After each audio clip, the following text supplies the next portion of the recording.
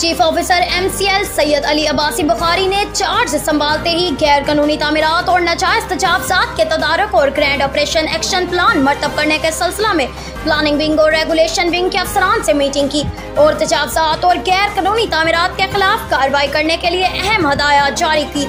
Meeting में deputy chief officer MCL Haris Jalil, MO planning Chaudhry Saleem, MOR Iqbal Khan और तमाम जोनल अफसरान प्लानिंग और रेगुलेशन ने शिरकत की। मजीद बरां CEO सैयद अली अब्बास बुखारी ने रेगुलेशन विंग को दरजा सेल शाहराहों फिलफोर पर इंसदाद तजावुज़ात ऑपरेशन करने की हदायत जारी कर दी।